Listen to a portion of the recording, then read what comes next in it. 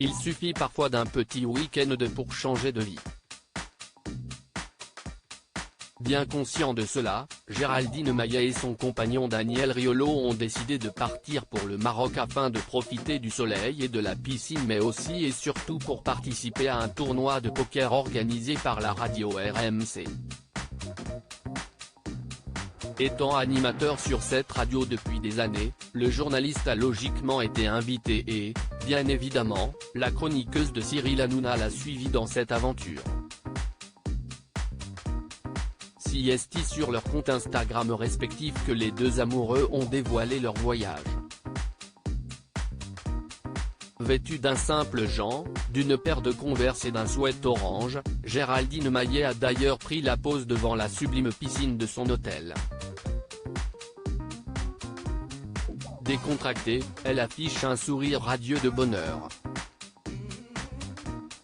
Week-end de poker avec le plus beau ciel bleu, écrit-elle en légende de cette photo postée en story, voir le diaporama. De son côté, Daniel Riolo est un peu plus sérieux puisqu'il a passé la journée autour d'une table de poker. Sur son propre compte Instagram, il a reposté une photo de ce moment où il joue gros face à ses rivaux. Pour l'instant, on ne connaît pas l'issue de la partie.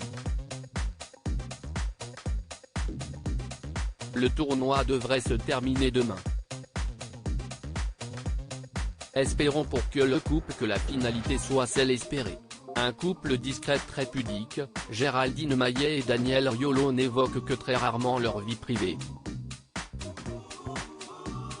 Aussi, les confidences des deux tourtereaux se font très rares. En 2017, alors qu'elle venait tout juste d'accepter le poste de chroniqueuse au sein de la bande de Touche pas à mon poste, Géraldine Maillet avait révélé avoir rencontré l'homme de sa vie par hasard, au Salon du Livre. Sans donner plus de précisions, l'ancien mannequin est ensuite parvenu à changer de conversation, comme elle le fait encore aujourd'hui quand Cyril Hanouna l'interroge sur son couple. Si l'on ne sait pas exactement quand ils se sont rencontrés, leur complicité est de notoriété publique. Chaque fois que son compagnon est au cœur d'une polémique, la chroniqueuse le défend bec et onglet. Quand il s'absentait trop longtemps, le manque est palpable comme elle l'expliquait en décembre 2022, alors que son chéri était au Qatar pour la Coupe du monde de football.